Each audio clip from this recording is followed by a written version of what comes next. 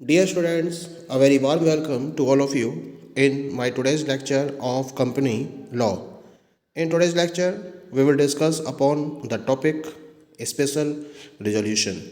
जैसे कि previous lecture में मैंने आपसे रिजोल्यूशंस के टॉपिक को डिस्कस करना शुरू किया था, जिसमें मैंने आपसे ऑर्डिनरी रिजोल्यूशन के बारे में डिस्कशन किया था। अब हम रिजोल्यूशन के सेकंड टाइप यानी कि स्पेशल रिजोल्यूशन के बारे में एक प्रॉपर डिस्कशन करेंगे। सबसे पहले हम बात करेंगे about the concept of special resolution. A special resolution is a resolution of the company's shareholders which requires at least 75% of the votes cast by shareholders in favor of it in order to pass.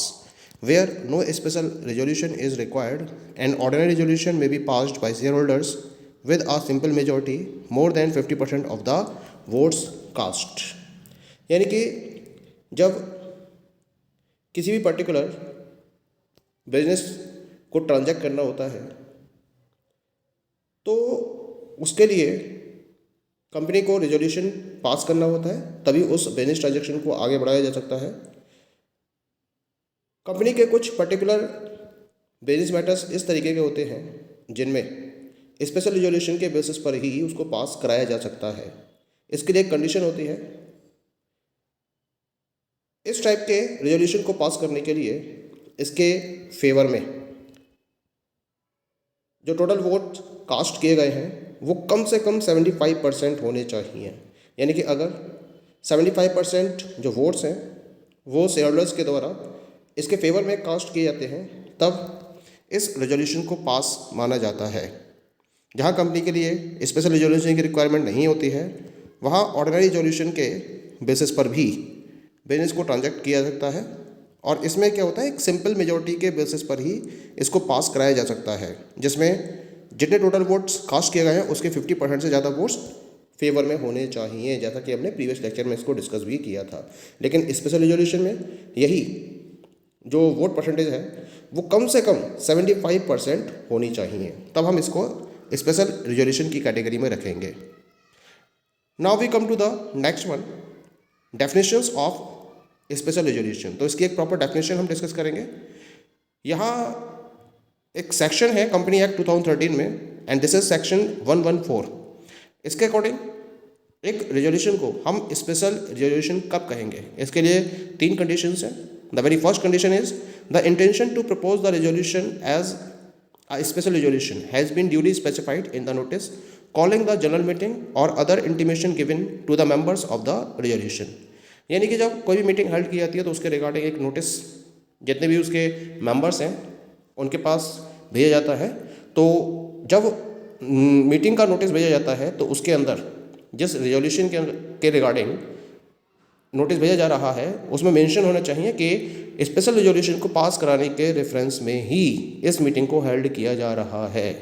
तो इसमें एक proper notice में mention होना चाहिए about the special resolution. That is clear. Second condition है इसके अंदर, the notice required under this act has been duly given. यानी कि इस एक्ट के अकॉर्डिंग जो नोटिस है, रिक्वायर्ड है जो नोटिस, उसको जितने भी पार्टिसिपेंट हैं मीटिंग के अंदर उनके पास भेजा जाना जरूरी है। और तीसरा है इसके अंदर, the votes cast in favour of the resolution whether on a show of hands और इलेक्ट्रॉनिकली और on a poll as the case may be by members who being entitled so to do vote in person or by proxy or by postal ballot are required to be not less than 3 times the number of the votes if any cast against the resolution by members so entitled and voting। ये सबसे important condition होती है special resolution के लिए।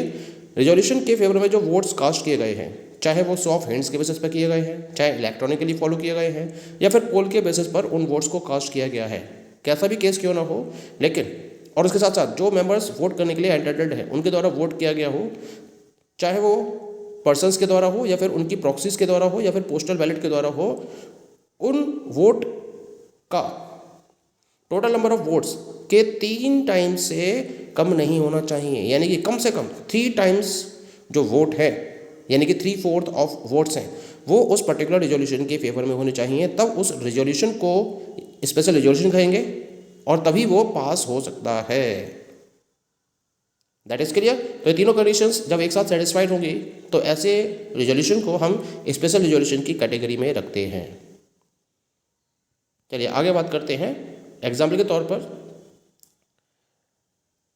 Company की एक annual general meeting हो रही है यस लिमिटेड कंपनी में, और उसमें टोटल 3000 मेंबर्स हैं, और उन 3000 मेंबर्स में से जो 300 मेंबर्स थे वो या तो बाई पर्सन या फिर बाई प्रॉक्सी मीटिंग में प्रेजेंट थे।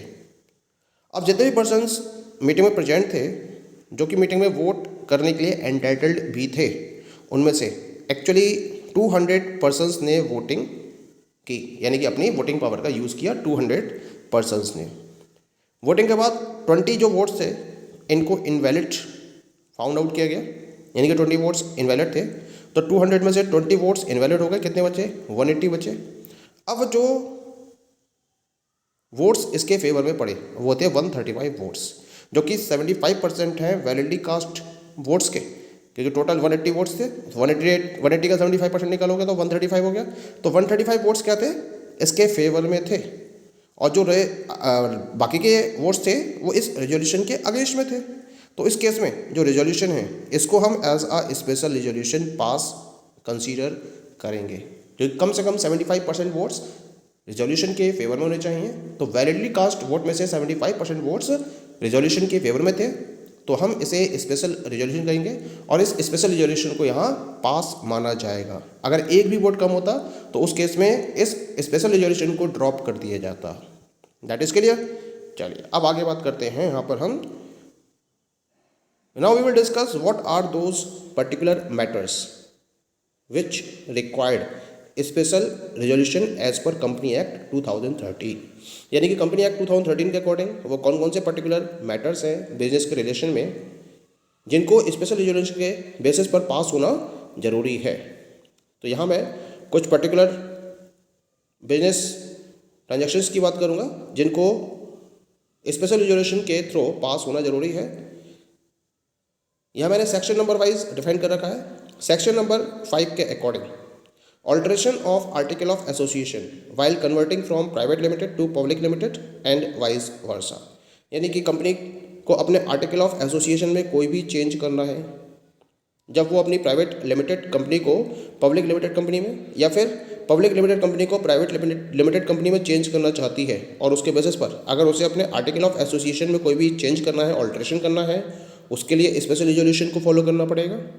सेक्शन नंबर 12 के according to change the registered office of the company outside the local limits of the city, town और विलेज, यानी कि कंपनी अगर अपने रजिस्टर्ड ऑफिस में चेंज करना चाहती है और इसे सिटी, टाउन या विलेज की लोकल लिमिट से बाहर सेटअप करना चाहती है, तो उस केस में भी उसको स्पेशल रेजोल्यूशन के बेसिस पर ही ऐसा करना होगा।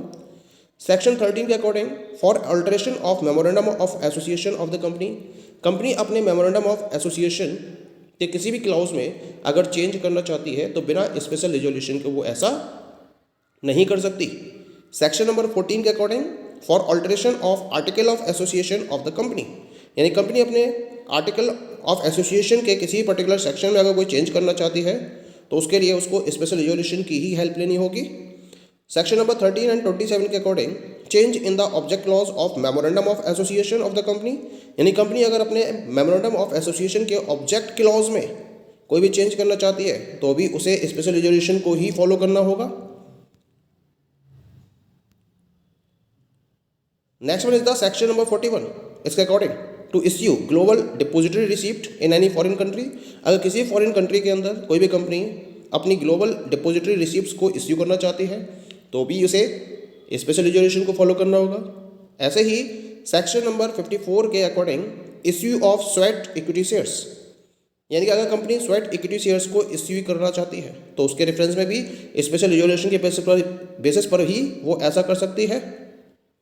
सेक्शन नंबर 62 के according for issuing further shares to employees of the company under the schemes of employee stock option plan and to determine the terms of issuing debentures convertible into shares, यानी कि इस section के according अगर company अपनी employees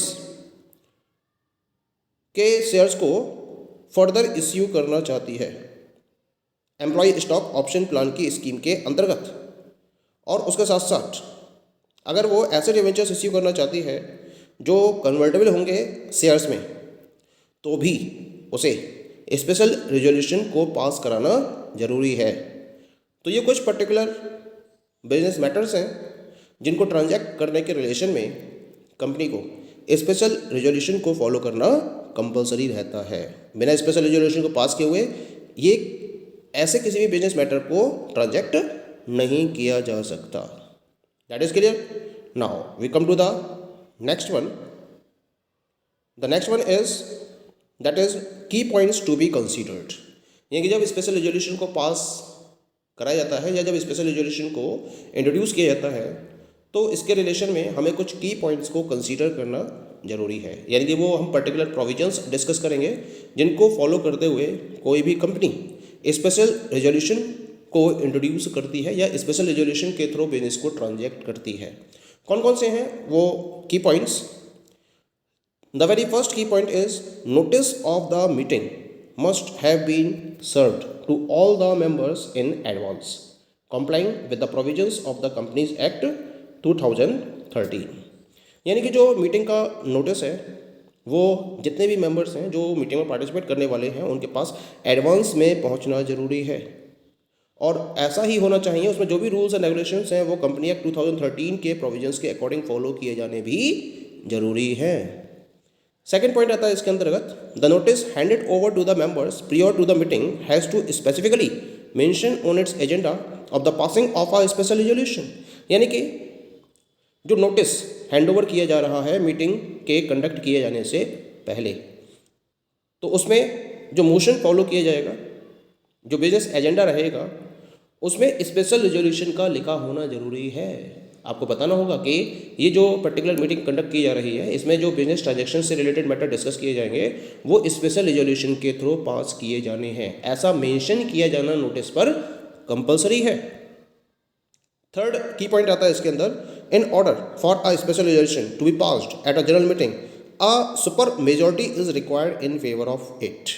यानी कि company की general meeting में स्पेशल रेजोल्यूशन को पास कराने के रेफरेंस में इसके फेवर में सुपर मेजॉरिटी का प्रेजेंट होना जरूरी है। इसके साथ साथ सुपर मेजॉरिटी का मतलब क्या होता है कि जो भी रेजोल्यूशन के फेवर में वोट कर रहे हैं मेंबर्स उनका कम से कम 75% होना जरूरी है। यानी कि जो पर्सन्स मीटिंग में प्रेजेंट हैं और उनमें से जो वैलिडिटी कास्ट वोट्स हैं उनका कम से कम 75% होना जरूरी है, तब जाकर स्पेशल रेजोल्यूशन को पास माना जाएगा, अदरवाइज इसको ड्रॉप कर दिया जाएगा। And the next one is the votes of the members eligible to vote will be the ones considered for the count। यानी कि जो मेंबर्स वोट करने के लिए एलिजिबल हैं उनको वोट करते समय काउंट किया जाएगा, उन्हीं के वोट को काउंट किया जाएगा। Okay, so these are the different points which must be considered while going for special resolution. Okay, thank you.